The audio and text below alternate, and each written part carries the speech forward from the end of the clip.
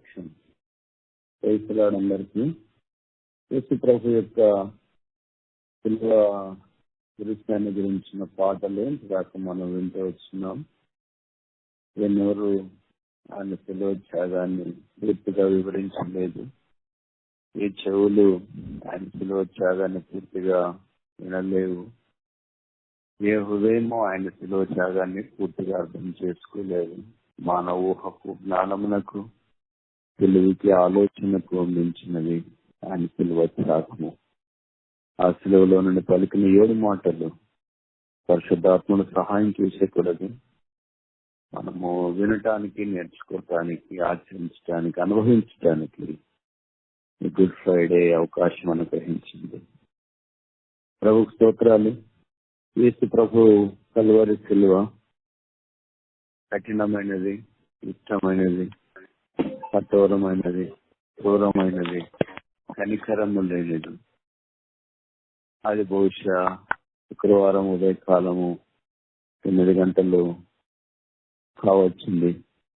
అప్పుడు కల్వరి కొండ మీద ఆయనను శిలువ వేసి ఆయనతో పాటు అవమానపరచుకోవటానికి మరిద్దరిని ఆ కపాలమైన స్థలం మీద శిలువ వేసిన సంగతి లూకాసు వార్త 23వ అధ్యాయంలో వ్రాయబడింది. ఉదయం 6 గంటలకు పిలాతు యేసును శిలువ వేయటానికి ఏ కారణం లేకపోయినా ప్రజలకు అప్పగించినాడు. ఉదయం 6 గంటలు మొదలుకొని 9 గంటల దాకా, అంటే దాదాపు 3 గంటలు యేసు ప్రభు వారిని యోధులు యెరూషలేం వీధిలో శిలువ మోయించి కోడాలతో కొడుతూ, హేళన చేస్తూ, అవమానపరుస్తూ కల్వరి కొండ దగ్గరికి తీసుకుని వచ్చినారు. బహుశా కల్వరి కొండ దగ్గర 9 గంటల్లోపు ఉదయకాలం ఆ శిలువ మీద ఆయన దేహాన్ని ఉంచుతున్నారు. ఆయన బహుశా 5 అడుగుల 11 5.11 feet ఉండవచ్చు. ఆయన బ్లడ్ గ్రూప్ O పాజిటివ్. ఆయన బరువు దాదాపు 80 kgs భౌతికంగా అప్పుడు ఉండవచ్చు. ఆయన రూపము పరిశుద్ధమైనది, ఆయన మనస్సు పరిశుద్ధమైనది, ఆయన పరిశుద్ధమైన వాడు. అలాంటి పరిశుద్ధుడైన దేవుణ్ణి ఆ శిలువకు మేకులు కొట్టడానికి రోమీయులు పూనుకున్నారు. ఆయన చేతుల మీద మేకులు, ఆయన కాళ్ళలో మేకులు, ఆయన దేహానికి అంతకు ముందే వీధులెంబడి తీసుకుని వచ్చేటప్పుడు కొట్టిన కోడా దెబ్బలు, ఆయన తల మీద మొల కిరీటము అన్నీ ఉంచారు. ఈ బాధ ఎవరి కొరకు? ఈ ముళ్ళు ఎవరి కొరకు? ఈ గాయాలు ఎవరి కొరకు? ఈ దెబ్బలు ఎవరి కొరకు?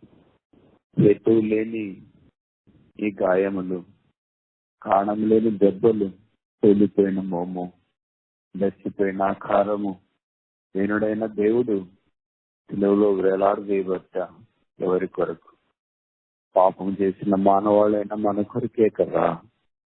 ఆ యేసు ప్రభు వారిని ఉదయకాలం 9 గంటలకు శిలువ మీద నిలువబెట్టారు.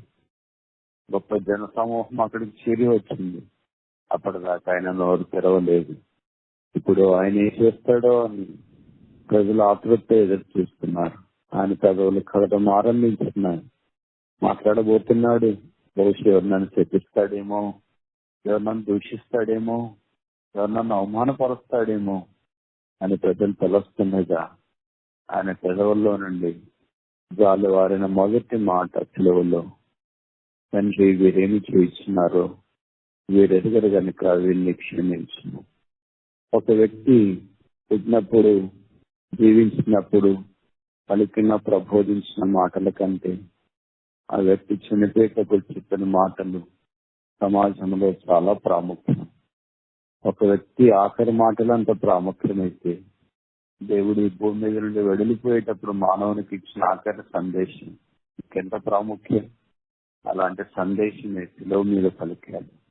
ఆ 7 మాటలు మానవ జీవితానికి మహోత్తరమైన సందేశం. మొదటి మాటలో ఉన్న సందేశము క్షమాపణ. తండ్రితో ఆరంభించినాడు ఈ శిలువ ఆ సందేశాన్ని. అంత శిలువ కఠోరమైన బాధను భరిస్తున్నప్పటికీ తండ్రి మీద ఆయనకు ఆయాసం గాని, బాధ గాని లేదు. ఆ తండ్రిని పరలోకంలో ఉన్నప్పుడు ఎలాగో ప్రేమించున్నాడు, పిల్లల మీద కూడా అలాగే ప్రేమిస్తూ వచ్చినాడు. పరలోకంలో ఉన్నప్పుడు ఎలాగ విధేయత చూపించినాడు, సెలవులో కూడా అలాగే విధేయత చూపించినాడు. తండ్రి వీరిని క్షమించాలని కోరాడు. కనుక సెలవులో మొట్టమొదట యేసుప్రభు వారు మన కొరకై ప్రార్థన చేయటానికి దేవుని సన్నిధిలోనికి ప్రధాన యాజకుడిగా వెళ్ళాడంటే తప్ప ఆ సెలవు వేసింది రోమా సైనికులు ఒక్కటేనా, యూదులు ఒక్కటేనా, చేరి వచ్చిన జనసమూహం ఒక్కటేనా? కాదు. మన పాపములు, మన వ్యసనములు, మన బాధ, మన అతిక్రమాలు ఆయన్ని సెలవు మీదకి పంపించిన. అందుకే ఆ క్షమాపణ రోమీలకు మాత్రమే కాదు, ప్రపంచమంతటా చివరిన మానవ కోటికి ఆ క్షమాపణ చాలా అవసరం.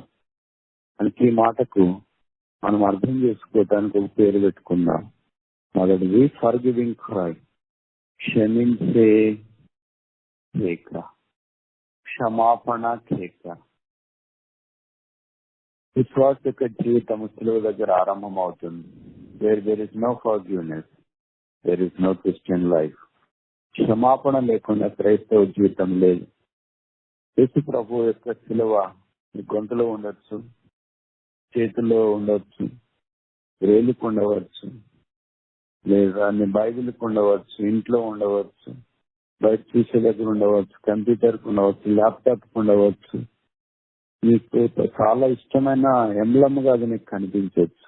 కానీ ఆ సిలువ నీ హృదయంలో లేకపోతే బయట ఎన్ని చోట్ల సిలువ పెట్టుకున్నా ఏ ఉపయోగం లేదు కదా.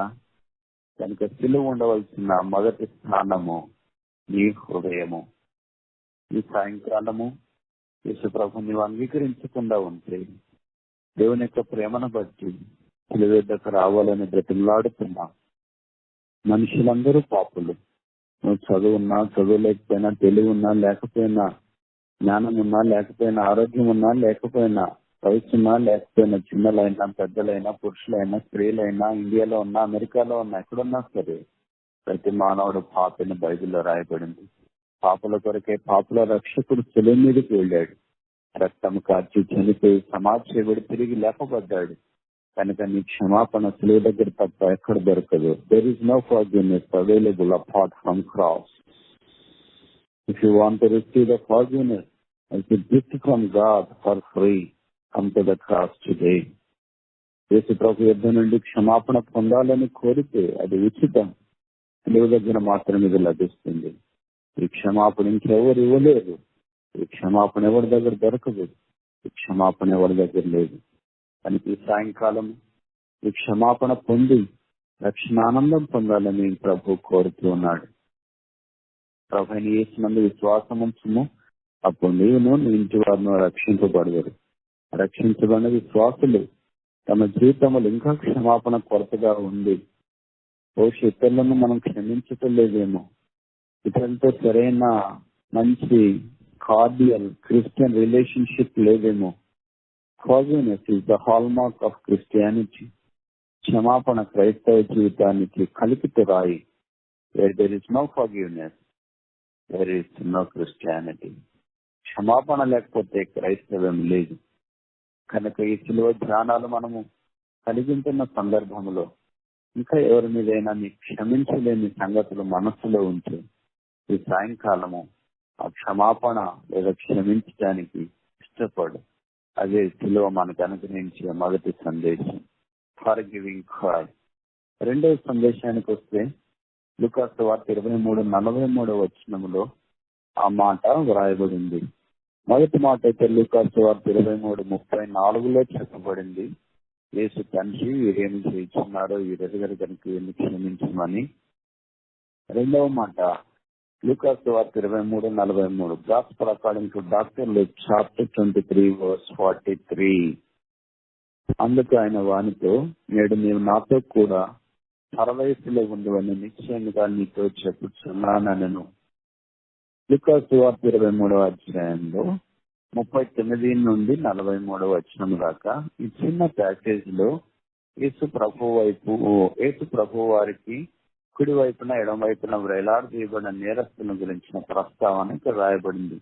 39వ వచనంలో ఆ నేరస్తుల్లో ఒకడు ఆయనను దూషించుతూ, నువ్వు క్రీస్తు కదా, నీవు రక్షించుకున్నామో మా అమ్మను కూడా రక్షించు. మొదట యేసు ప్రభువుకి రక్షణ కావాలని కోరుతున్నాడు దొంగ. తను రక్షించబడాలి మొదట. ఈ must be born again first. మనం రక్షించబడకుండా వేరే వాళ్ళు రక్షించబడాలని కోరుతా ఉంటాం. ఎందుకంటే మనకి నేరారోపణ చేయడం ఇష్టము, నెపములు చెప్పటం ఇష్టము, మన నైజం ఇది డిఎన్ఏలో ఉంది. You cannot avoid it. You want others to be saved but not you. You want to be saved from this salvation. There is no other way that you can save yourself from this salvation. The only way that you can receive the salvation is by the cross of Jesus Christ. You must be born again. నీవు రక్షించబడాలి. అయితే అదే సమయంలో ఈ నేరస్తుడితో పాటు వాళ్ళ friend కూడా ఉన్నాడు. ఆయన రెండవ వైపు కుడి వైపున కూడా వేలాడదీస్తున్నారు.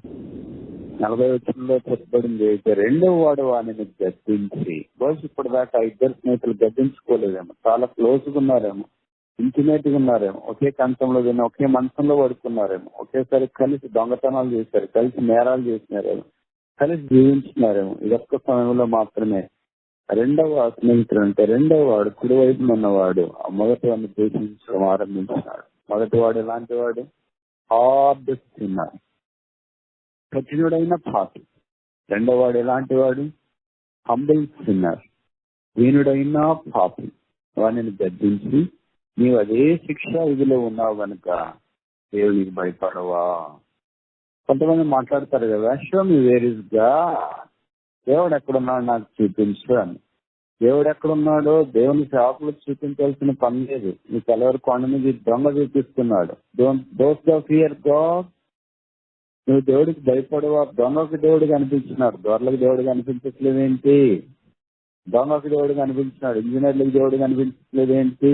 దొంగకు దేవుడు కనిపించినాడు, డాక్టర్లకు దేవుడు కనిపించట్లేదేంటి? దొంగలే దేవుణ్ణి చూస్తుంటే ఈ దినాల్లో సామాన్యమైన వాడు దేవుని చూడకపోవడం విషాదకరమైన సంగతి కదా. ఈ దొంగ శిలువలో వేలాడదీయబడింది, మనుషుడు కాదు దేవుడు అని గుర్తించినాడు. శిలువలో వేలాడదీయబడింది దేవుడు, దేవాతి దేవుడు, మానవుల కొరకు ఈ భూమి మీద దిగి వచ్చిన దేవుడు. ఆయన పేరు యేసుక్రీస్తు ప్రభువు. కనుక ఇంకా యేసును అంగీకరించకుండా ఉంటే ఏ శిలువనొద్ద దొంగిచ్చే సందేశమైనా నువ్వు వినాలని మనం చేస్తున్నా. దొంగలు సాధారణంగా ఎవరికి భయపడరు. భయపడే వాళ్ళు దొంగలు గారు. చీకటికి భయపడరు, కుక్కలకు భయపడరు, వీధి కుక్కలకు భయపడరు, పెంపల కుక్కలకు భయపడరు, కాపుసుకు భయపడరు, సెక్యూరిటీకి భయపడరు, సీసీటీవీలకు భయపడరు, జైలుకు భయపడరు, వారి శిక్షకు భయపడరు. కనుక వాళ్ళు దొంగలు అవుతారు. భయపడేవాళ్ళు దొంగలు ఎలాగ అవుతారు? అది ఒక దినం 2 దినాలు చేసింది కదా, ప్రొఫెషనల్ డకాయిట్స్ వాళ్ళు. కనుక అలాగూ జీవితం అంతా చేస్తూ వచ్చినారు. ఇప్పుడు ఆఖరి అవకాశం వచ్చింది.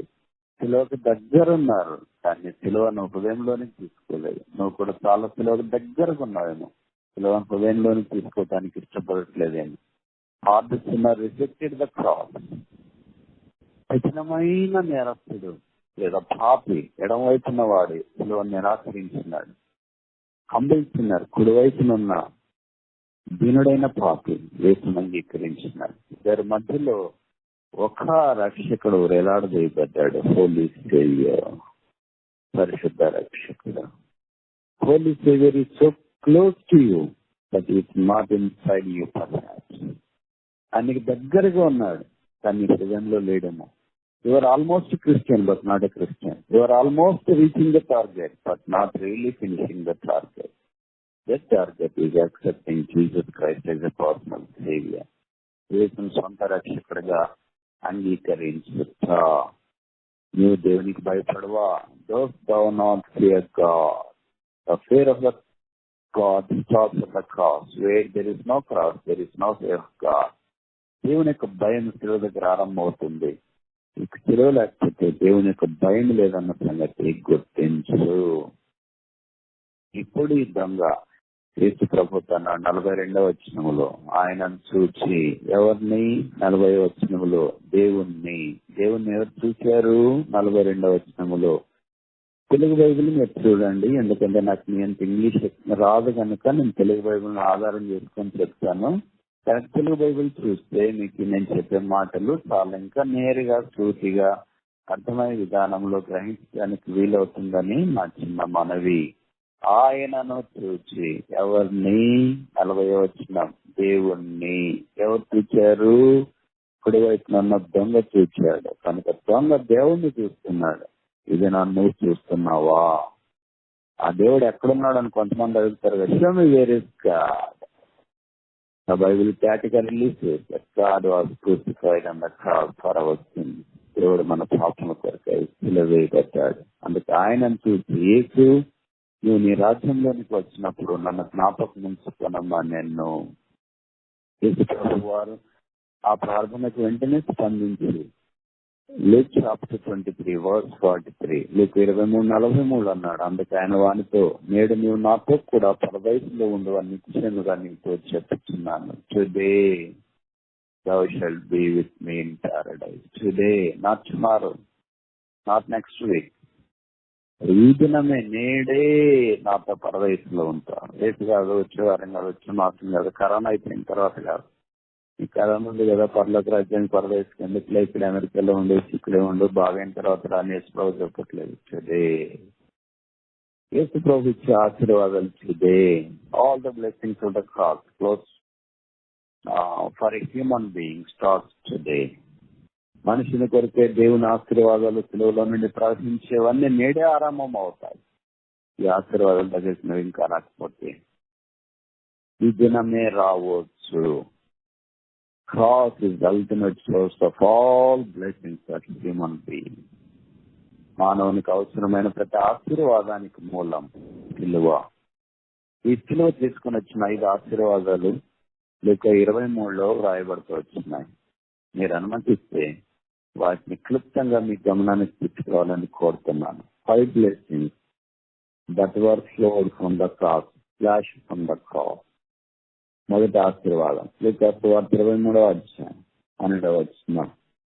అంతకుముందు హేరోదును పిలాతును ఒకనొకడు శత్రువులైంది. ఆ దినముననే ఒకనికొకడు మిత్రులైరి.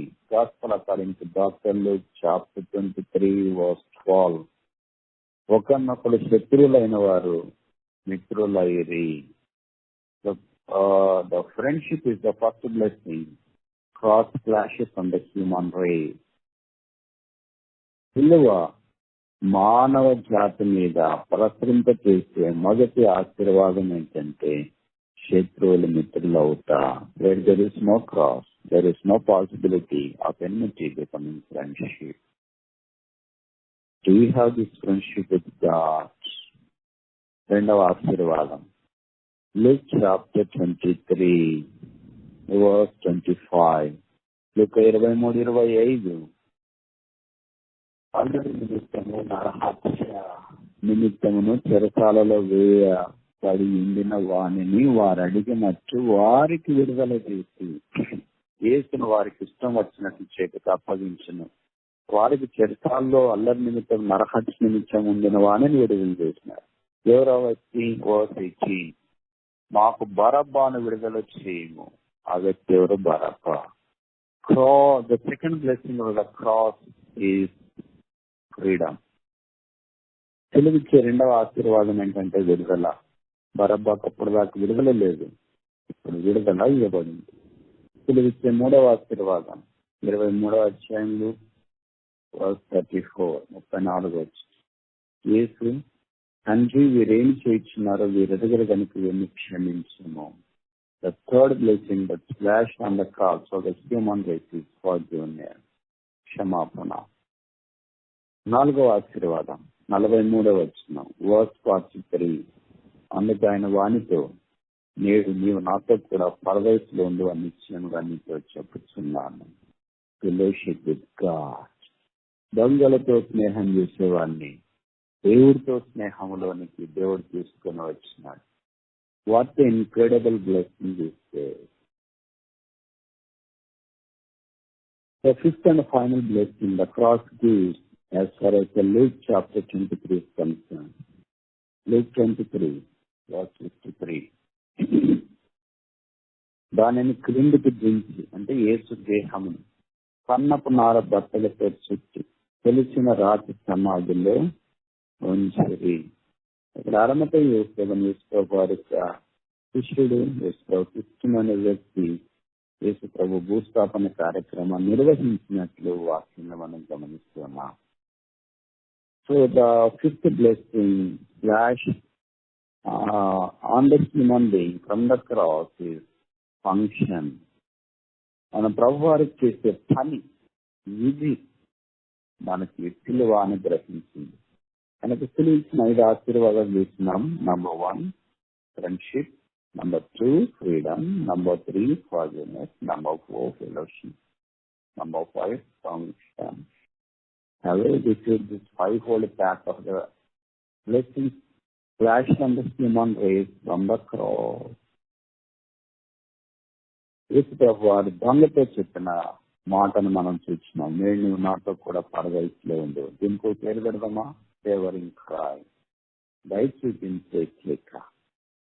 మొదటి కేక సిలువలో యేసు ప్రభు వేసింది ఫర్గివింగ్ క్రై, క్షమాపణ కేక. రెండవది ఫేవరింగ్ క్రై, దయ చూపించే కేక. మూడవది John chapter 19 verse 29. John chapter 19 verse 29. యోహాను సువార్త 19వ అధ్యాయము 26వ వచనం. యోహాను 19:26. జాన్ 19:26. యేసు తన తల్లియు తాను ప్రేమించిన శిష్యుడను దగ్గర నిలిచినడు చూచి, అమ్మా ఇదిగో నీ కుమారుడు అని తన తల్లితో చెప్పాను. యేసు ప్రభు వారి యొక్క భౌతికమైన తల్లి ఆమె సిలువ దగ్గర నిలబడింది. ఒక కుమారుడు నేరము లేకుండా కళ్ళ ఎదుటి చంపబడే దృశ్యాన్ని 60,000 సంవత్సరాల మానవ చరిత్రలో ఏ తల్లి చూడలేదనుకుంటా, మరేమో తప్ప. అందుకని లూకా 2వ అధ్యాయంలో ఆమెను గురించిన ప్రవచనము చిన్న ప్రవక్త చెప్పాడు, నీ హృదయంలోనికి ఖడ్గము దూసుకొని పోవును అని. ఏ తల్లి ఖడ్గాన్ని భరిస్తుంది, మరేమో తప్ప. ఆమె సిలువ దగ్గర నిశ్చింతగా నిర్ధాంతపోతూ లోక రక్షకుడు మానవ కోటి కొరకు అనుభవిస్తున్న ఆ శ్రమలో అవమానాన్ని చూస్తూ నిలబడిపోయింది. ఆమెను కూర్చున్న బాధ్యత యేసు ప్రభు సిలువలో ఉన్నప్పుడు మర్చిపోలేదు. అనేక సార్లు మనం కష్టాలు ఉన్నప్పుడు మన కుటుంబ బాధ్యతను మర్చిపోతాం. భార్యనో, భర్తనో, పిల్లలనో, బంధువులు, ఇరుగు పొరుగు వారు మనకు సహాయం చేసిన వారు, అమెరికాకు రావడానికి ప్రార్థన చేసిన వారు, పరిచయం చేసిన వారు, లేకపోతే మన చదువులో స్పాన్సర్ చేసిన వారు, ఉద్యోగాలు ఇప్పించిన వారు, వాళ్ళు మర్చిపోతూ ఉంటాం. The cross is the place where family attachment, relationship is cemented together. Where there is no cross, there is no cementation of family relations. సిలువ లేకపోతే కుటుంబము అతుక్కొని ఉండడం దుస్సాధ్యము. Cross has enormous power to cement the family relationships. కుటుంబ సంబంధాలను అతికించగలిగే శక్తి సిలువకు మాత్రమే ఉంది. అందుకే సిలువ కుటుంబాన్ని అతికిస్తుంది. మీ కుటుంబంలో ఎవరితోనైనా ఇంకా నెమ్మది సమాధానం లేదా? భర్త అంటే పడదా, భార్య అంటే పడదా, పిల్లలంటే పడదా, ఎరుగు పొరుగు వారంటే పడదా? అలా పడుకోకపోయినా కూడా, వాళ్ళంటే నీకు ఇష్టం లేకపోయినా కూడా, వాళ్ళు నువ్వు ప్రేమించకపోయినా కూడా, వాళ్ళకి నీకు గ్యాప్ ఉన్నా కూడా, నువ్వు పెళ్లి వేసుకొని జరిగితే నీకేం గుడ్ ఫ్రైడే రాలేదు. It's bad Friday for you because you haven't received the message of the cross. The message of the cross is to accept the family and execute the responsibility, cement your relationship with the family. If your family relationships are not cemented in the love of the cross, you haven't come to the cross any longer, and you need to come to the cross at the earliest possible.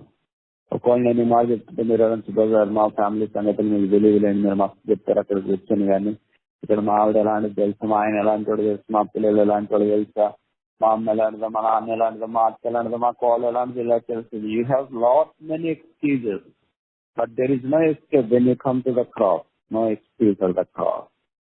Cross is the ultimate power that cements the family relationships. Today the families are broken. These cases are more in your developed country called America. మీరు America అని, ఈ developed కంట్రీగా భావిస్తున్న దేశంలో కుటుంబాల్లో ఎన్ని సమస్యలు ఉన్నాయి. Broken families, broken wife and husband relationships, broken parents and kids relationships, broken relationships all over there because the cross was not given centrality in their life. సిలువ వారి జీవితంలో కేంద్రముగా లేదు కనుక బహుశా వారి యొక్క జీవితాలు అలాగూ ఉండిపోయాయేమో. ఈ సాయంకాలము మీ కుటుంబము పరిస్థితి కూడా అదే అయితే సిలువ there is no better solution than the cross to sin into a relationship with the family.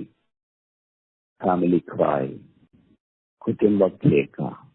4 చూస్తామా? Gospel according to Matthew chapter 27 verse 46. Matthew 27:46. మత్తయి సువార్త 27వ అధ్యాయము 46వ వచనం. మత్తయి సువార్త 27వ అధ్యాయము 46వ వచనం. Matthew chapter 27 verse 46. ఇంచుమించు 3 గంటలకు ఏలి ఏలి లామా సబక్తాని బిగ్గరగా కేక వేసింది. ఆ మాటకు నా దేవా నన్ను ఎందుకు చేయించుతూ అని అర్థము. మొదటి 3 మాటలు forgiving cry, covering cry, family cry. ఈ యేసు ప్రభు అరసుల మీద ఉదయం 9 గంటలు మొదలుకొని మధ్యాహ్నం 12 గంటల్లోగా, అంటే ఎండ వేడిమిలో చెప్పిన మాటలుగా బైబిల్ పండితులు పరిగణిస్తారు. ఆ తర్వాత 4 మాటలు యేసు ప్రభు అరసు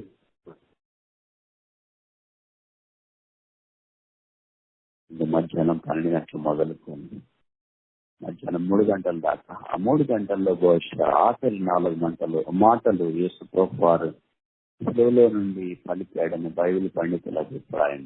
అదే వాస్తవం అయితే ఆ చీకటిలో సూర్యుడు అదృశ్యమైనప్పుడు యేసు ప్రభు వారు పలికిన మాట 4వ మాట, నా దేవా నన్ను ఎందుకు విడిచితివి? Why hast thou forsaken me? Forsaken cry. విడువబడిన కేక. యేసు ప్రభు వారు భూమి మీద ఉన్నప్పుడు దేవుని తండ్రి అని మాత్రమే సంబోధించినారు. మొదటి సంబోధనలు వార్త 2వ అధ్యాయంలో మనం చూస్తాం. నేను at the time of my father's business, నేను నా తండ్రి పని మీద ఉన్నానని మీరు ఎరగరా. నాకు మొదటి started the word with father, తండ్రి అని తండ్రిని సంబోధించడంతో ఆరంభించినాడు. బైబిల్ పండితుల అభిప్రాయము ఈ ఒక్క సందర్భంలో మాత్రమే యేసు ప్రభు తన తండ్రిని మై గాడ్ అని సంబోధించినాడు, నా దేవా. ఇది మిగతా అన్ని సందర్భాల్లో ఆయన సంబోధన ఏంటంటే ఫాదర్. ఎందుకు ఇప్పుడు నా దేవా అన్నాడు? ఎందుకు ఫాదర్ అని అనలేదంటే మనిషిని యొక్క పాపపు పాత్ర తండ్రి ఆయన మీద కుమ్మరించినాడు. మన దోషములు ఆయన మీద మోస్తున్నాడు. యెషయా గ్రంథం 53వ అధ్యాయంలో చెప్పబడినట్లు ఆయన నలుగొట్టడానికి ఇష్టమైంది. మన అతిక్రమాలు భరించినాడు. వ్యసనాక్రాంతుడు వ్యాధిని అనుభవించిన వాడిగా మార్చబడ్డాడు. యేసు ప్రభు వారు తండ్రి చేత విడువబడినట్లు యేసు ప్రభు చూస్తున్నాడు. From eternity to eternity, this is the only occasion where son was forsaken by his father. నిత్యత్వం మొదలుకొని నిత్యత్వము దాకా తండ్రి ద్వారా కుమారుడు విడువబడిన ఒకే ఒక సందర్భం, అదే సిలువ. బట్ ఫర్ అవర్ సిన్స్, మన పాపము కొరకే. దేవుని యొక్క ప్రేమ అంత గొప్పది. దేవుడు తన కుమారుని విడిచిపెట్టి మనం స్వీకరించడానికి ఇష్టపడ్డాడు. యేసు ప్రభు తన తండ్రిని విడిచిపెట్టి మనం స్వీకరించడానికి ఇష్టపడ్డాడు. అందుకే నువ్వు విడవబడలేదు. నువ్వు చాలాసార్లు అనుకుంటావు, I'm alone. Who said that you are alone? Before you are alone, Jesus was alone on the cross. ఈ ఇంట్లో ఒంటరిగా ఉండక మనపై, అమెరికాలో ఒంటరిగా ఉండక మనపై, ఆఫీసులో ఒంటరిగా ఉండక మనపై, వీధుల్లో ఒంటరిగా ఉండక మనపై, నువ్వు ఒంటరిగా ఉండక మునిపే యేసు ప్రభు నీ కొరకై ఒంటరిగా సిలువలో వేలాడిపోయిపడ్డాడు. మనం వెళ్లే పరిస్థితులన్నీ యేసు ప్రభు మనకంటే ముందుగా వెళ్ళిపోయాడు. You are never alone, you are with God. నువ్వు ఒంటరిగా లేవు, నీవు దేవుడితో కూడా ఉన్నావు. దేవుడు నీ చెయ్యి నిన్ను విడిచిపెట్టాడు. ఈ సిలువ మనల్ని సహవాసంలోనికి, దేవుడితో సహవాసంలోనికి తీసుకొని వచ్చింది. కరోనా వైరస్ బాధ పెడుతుందని, ఒంటరిపోయామని, ఇళ్లలో ఉన్నామని, ఏం చేయడం దిక్కుదోస్తుందని బలహీనంగా కృంగిపోయి కృషించిపోయి ఉన్నావా? మన బాధలన్నింటినీ ప్రభు సిలువలో భరించినాడు.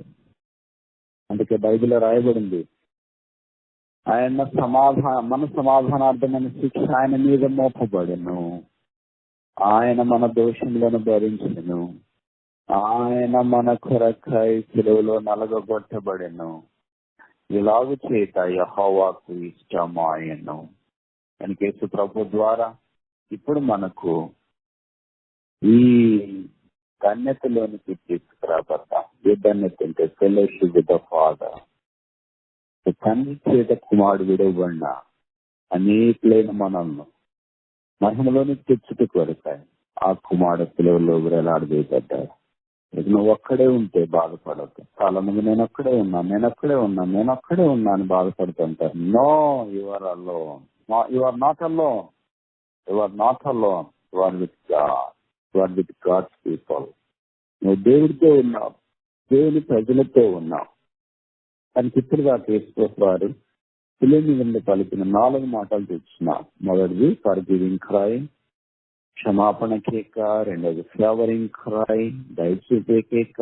మూడోది ఫ్యామిలీ క్రై, కుటుంబం కేక. నాలుగోది ఫోర్సెకన్ క్రై, విడిచిపెట్టబడిన కేక. ఐదవది చూస్తామా, జాన్ చాప్టర్ 19 verse 28. జాన్ 19, యోహాను సువార్త 19వ అధ్యాయము 28వ వచనం. జాన్ 19 verse 28, యోహాను 19:28. అటు తర్వాత సమస్తమైనప్పటికి సమాప్తమైనదని యేసు ఎరిగి లేఖనము నెరవేరినట్లు నేను దప్పుగొనుచున్నాను. నేను దప్పుగొనుచున్నాను. యేసు ప్రభు వారు 3.5 సంవత్సరాలు భూమి మీద పరిచర్య చేసినప్పుడు మానవ కోటికి ఆయన మనుషుల్ని అడిగింది ఒకటే. ఆయన వేరేవి కావాలని ఏనాడు అడగలేదు. నాకు బట్టలు తీసియండి అని అడగలేదు, నాకు మొబైల్ తీసియండి అని అడగలేదు, నాకు ల్యాప్టాప్ తీసియండి అని అడగలేదు, నాకు డాల్స్ తీసియండి అని అడగలేదు, నాకు బంగారం తీసియండి, డైమండ్స్ తీసియండి అని అడగలేదు, నాకు ఇల్లు తీసియండి, నాకు కారు తీసియండి అని అడగలేదు, నాకు అవసరమైన గ్యాడ్జెట్స్ అన్ని తీసియండి అని అడగలేదు. ఆయన మానవుని ఒకటే అడిగాడు. 3.5 సంవత్సరాలు మనిషిని కొరకు నిర్విరామముగా రాత్రింబగళ్ళు ఆ నిద్ర లేకుండా, సరైన ఆహారం లేకుండా, నివాస గూడు లేకుండా మనిషిని ఒకటే అడిగాడు, చెయ్యి నాకు దాహమునకేమో. యోహాను సువార్త 4వ అధ్యాయం సమరైపోయిన అడిగాడు. ఆమె వేరే మాటలన్నీ చెప్పింది, కానీ ఒక గిన్నెలో నీళ్లు ఇవ్వలేకపోయింది, గ్లాసులో నీళ్లు ఇవ్వలేకపోయింది, గదిలో నీళ్లు ఇవ్వలేకపోయింది. ఇదే నన్ను మానవుడు దేవుని దగ్గరికి వస్తున్నాడు, దేవుని దగ్గర నుండి అన్ని పొందుతున్నాడు, but it gives nothing to God including cup of water. So సముద్రం కలుగజేసిన దేవుడు అమెరికా లాంటి దాంట్లో పెద్ద పెద్ద నదులను కలుగజేసిన దేవుడు, అమోజాన్ నదిని, నైల నదిని కలుగజేసిన దేవుడు ఏంటి? దత్తగొనడం ఏంటి?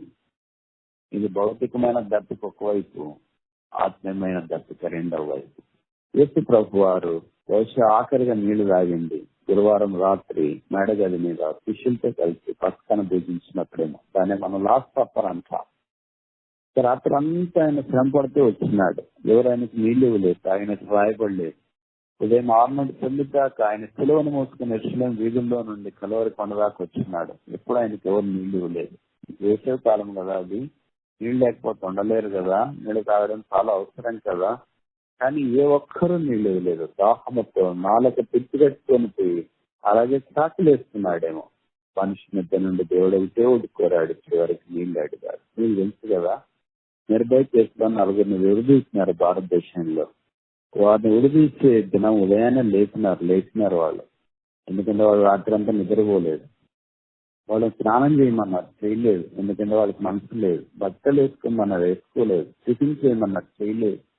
వారికి వస్తువులు కావాల్సిన వాళ్ళు ఇచ్చినారు. నేను ఇక్కడ ఏం చెప్పగలుగుతున్నానంటే, ఒక వ్యక్తిని చనిపోయేటప్పుడు లేదా చంపేటప్పుడు చివరి కోరికలు అన్ని తీర్చడానికి సాధారణమైన ప్రభుత్వాలే ప్రయత్నం చేస్తాయి.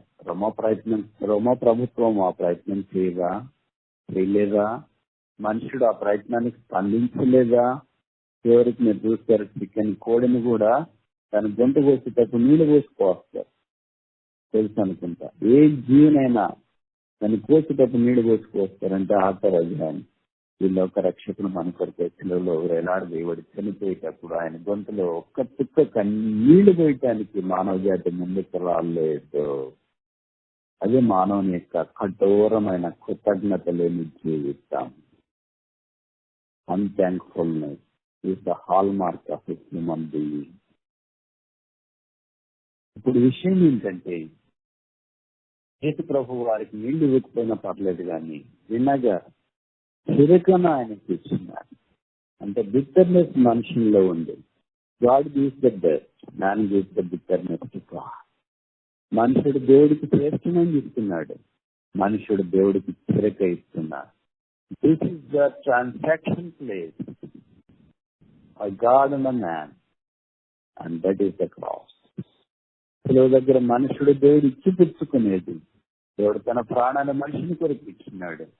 మనుషుడు దేవుడి కొరకు వినగా కొరకు ఇచ్చినట్లు వాక్యలో మనం చూస్తున్నాం. దేవుడి కొరకు ఏమిస్తున్నాం? నీ టైం, నీ తలాంతులు, నీకున్న పరిచయాలు, నీకు దేవుడు ఇచ్చిన అన్ని యుద్ధానికి సిద్ధమైన ఏం చేస్తుందంటే I give all things for you, what you give for me. నేను నీకు అన్ని ఇచ్చేసినాను, నువ్వు నాకేమిస్తా? చేతిలో వినగర పట్టుకొని వచ్చినావా? ప్రభు తీసుకోలేదు. 300 సంవత్సరాలు ఆయన పరిచయంలో మనుషుడు ఆయన చివరికి నీళ్లు ఇవ్వకుండా చంపేశాడు. ఇది మనుషుని యొక్క దుస్థితి.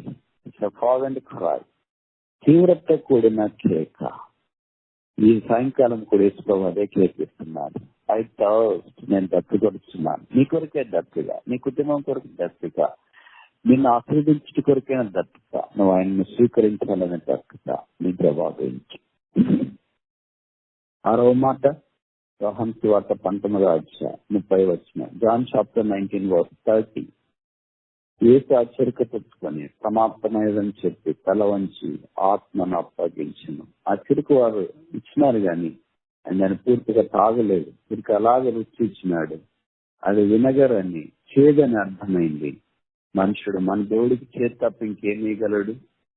అందుకని ప్రభు దాన్ని స్వీకరించలేదు. ఇప్పుడు అన్నాడు సమాప్తమైంది, చెటర్లో స్టాయ్, ఫినిష్డ్.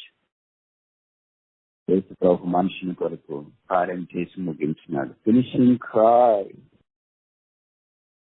చోట 19:10 అన్నాడు, నేను నశించిన దాన్ని వెలికి రక్షించటకి ఈ భూమి మీదకి వచ్చి తన్ని. యోహాను 17:4 సెలవిచ్చినాడు యేసు ప్రభు, తండ్రి చేయటకు నీవు నాకు భూమి మీద అనుగ్రహించిన పని నేను నెరవేర్చిన మహిమ పరిచితని. All finished. There is nothing, not even a single dime to be paid for the ransom of the whole human race. ఈ మానవ జాతి కొరకై, విమోచన కొరకై చెల్లించవలసిన క్రయధనం అంతా పైసలతో సహా సెలవులో చెల్లించబడింది. అందుకే 49వ కీర్తనలో చెప్పబడింది, వారి ప్రాణ విమోచన క్రయధనం గొప్పది, అది ఎన్నటికీ తీరక అట్టుండవలసింది. మనందరి ప్రాణ విమోచన, ప్రాణ క్రయధనము యేసు ప్రభు వారి సెలవులో చెల్లించినారు. ముగిసిపోయింది. అది ఫినిషింగ్ క్రై. ఇప్పుడు దాకా 6 కేకలు మనం చూస్తున్నాం. మొదటిది ఫర్గివింగ్ క్రై, క్షమించే కేక. రెండోది ఫేవరింగ్ క్రై, బయట చూపించే కేక. మూడోది ఫ్యామిలీ క్రై, కుటుంబ కేక. 4వది ఫార్సేకెన్ క్రై, విడవబడిన కేక. 5వది ఫాగెంట్ క్రై, తీవ్రమైన కేక. 6వది ఫినిషింగ్ క్రై, సమాప్తం అని చెప్పిన కేక. 7వది ముగిస్తామా? Luke chapter 23. లూకాసు సువార్త 23వ అధ్యాయము 46వ వచనం. Luke chapter 23 verse 46. Gospel according to Dr. Luke chapter 23 verse 46. Luke 23:46. అప్పుడు యేసు గొప్ప శబ్దముతో కేక వేసి, తండ్రి నీ చేతికి నా ఆత్మను అప్పగించుకొనిచున్నాను. నేను శిలువ మీద పలికిన మొదటి మాట ఆరంభము సంబోధన తండ్రి.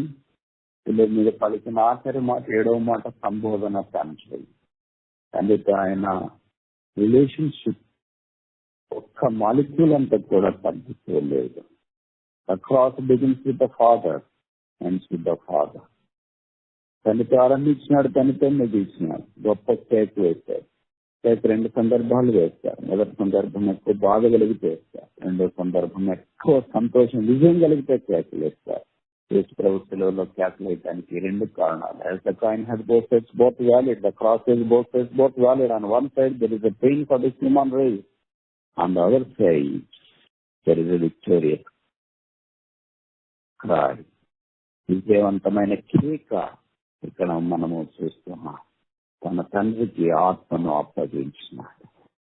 మనిషిని కొరికే ప్రాణము దేవుడి శిలువలో ఇచ్చి చెందిన బైబిల్ పండితుడు ఇలాగా అన్నాడు, యేసు ప్రభు వారు తన తండ్రికి ప్రాణం అప్పగించక మనకు మనిషిని కొరకు ఒక వీలునామా రాసేదంట. ఆ వీలునామాలో తండ్రికి ప్రాణాన్ని అప్పగించినాడు, తన వస్త్రము సైనికులకు అప్పగించినాడు, తన దేహాన్ని రోమీలకు అప్పగించినాడు.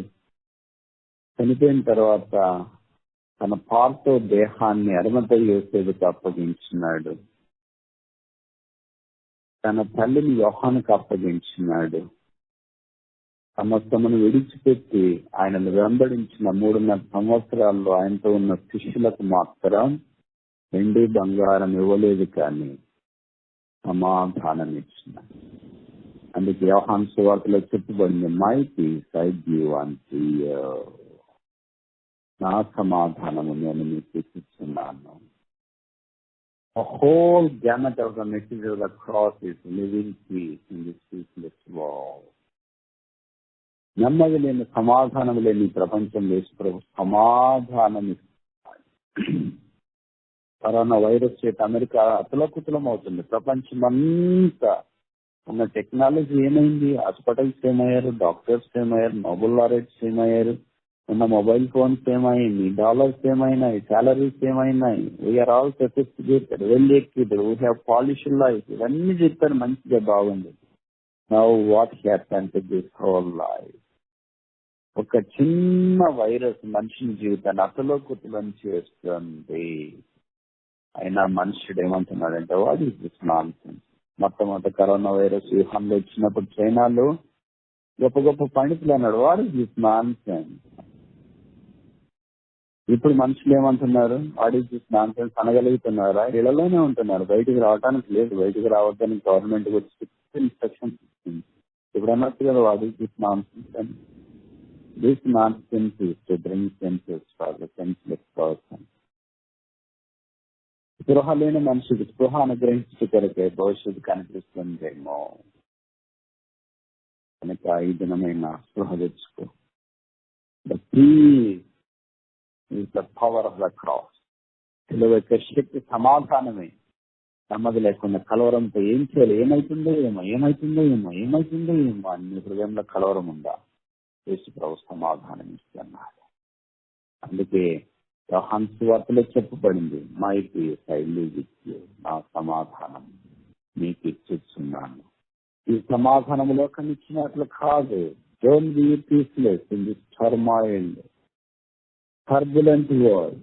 ఈ కల్లోల లోకములో సమాధానం లేకుండా జీవించవద్దు. యేసు ప్రభు సమాధానం నీ కొరకై ఇచ్చిపెట్టాడు. తన ప్రాణాన్ని ఆ సమాధానం కొరకై శిలువలో అర్పించాడు. ఇప్పుడు ఆయన సమాధిలో ఉంచబడవాలి, కానీ ఆయన సమాధిలో ఆయన దీనుడిగా, దరిద్రుడిగా, పేదవాడిగానే పుట్టాడు, పేదవాడిగానే చనిపోయాడు. ఈ లోకంలో ఆయన పుట్టినప్పుడు ఆయన ఉంచడానికి స్థలం లేదు కనుక ఈ బారోడ్ ద మ్యాంజర్ పశువుల తొట్టిని ఆయన కొరకు తీసుకున్నారు. ఆయన భూమి మీద బోధిస్తున్నప్పుడు ఆయనకు చర్చ్ ప్లాట్ఫామ్ లేదు కనుక, ఫెలోషిప్ లేదు కనుక ఆయన పేతురు దోణం తీసుకున్నారు. ఈ బారోడ్ ద బోట్. ఆయన యెరూషలేముకి వెళ్ళటానికి మన మాదిరి సొఫిస్టికేటెడ్ కార్స్ లేవు, పబ్లిక్ ట్రాన్స్పోర్ట్ లేదు, ఫ్లైట్ లేదు. ఈ బారోడ్ ద కాల్, గాడిద పిల్లని తీసుకున్నారు. ఆయన ఆఖరి భోజనం చేయటానికి కూడా ఆయన పిల్లు లేదు. అందుకే ఆయన మెడని తీసుకున్నారు.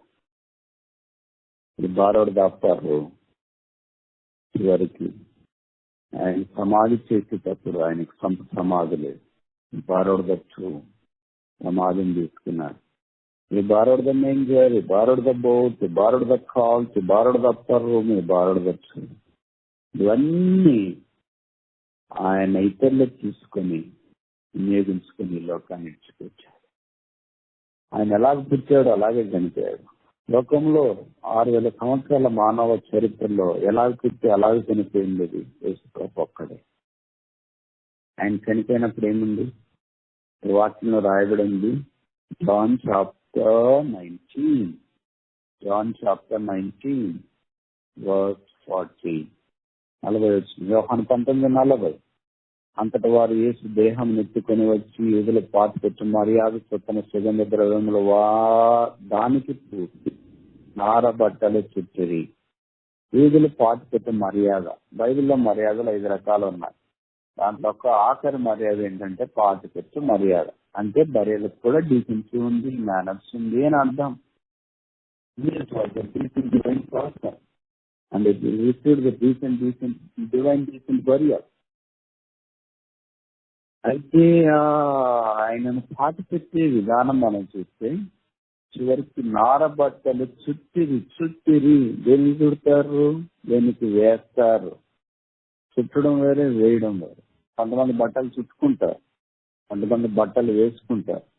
మీరు చుట్టుకుంటారా, వేసుకుంటారా? ఎవరికి చుడతారు, ఎవరికి వేస్తారు? యేసు ప్రభు వారు ఈ భూమి మీద జన్మించినప్పుడు లూకాసు 12:12 gospel according to doctor Luke chapter 2, లూకాసు 2:12, లూక్ 2:12. దానికి ఇదే మీ కానవాలు, ఒక శిశువు పొత్తిగుడ్డలతో చుట్టబడి, ఆయన పుట్టినప్పుడు చుట్టబడ్డాడు బట్టలతో. ఆయన చనిపోయినప్పుడు కూడా బట్టలతో చుట్టబడ్డాడు. ఇలా కొంతమంది అక్కడ కూడా అమెరికాలో మీరు చూస్తారు కదా, ఎవరైనా వ్యక్తి చనిపోయిన తర్వాత ఆయన ఎంత డీసెంట్ గా బరైలు చేస్తారు కదా. ఆయనకి ఇష్టమైన సూట్ వేస్తారు, ఆయన కళ్ళజోడు ఇష్టమైన కళ్ళజోడు చెప్తారు, మొబైల్ ఇష్టమైన మొబైల్, ఆయన పెట్టుకున్న రింగ్, వాచ్, ఆయన వాడిన సమస్త సామాగ్రి ఆ కాఫీలో పెట్టి పంపిస్తారు. చూడండి, మీరు చూడటానికి వెళితే మీరు కూడా సూట్ వేసుకుని వెళ్తారు. మామూలుగా అటు ఇటు రఫ్గా ఇండియాలో వెళ్ళినట్టు వెళ్ళరు. ఎందుకంటే you want give a decent farewell. చివరి వీడుకోలు చాలా డీసెంట్ గా మర్యాదగా ఉండాలని కోరుతారు.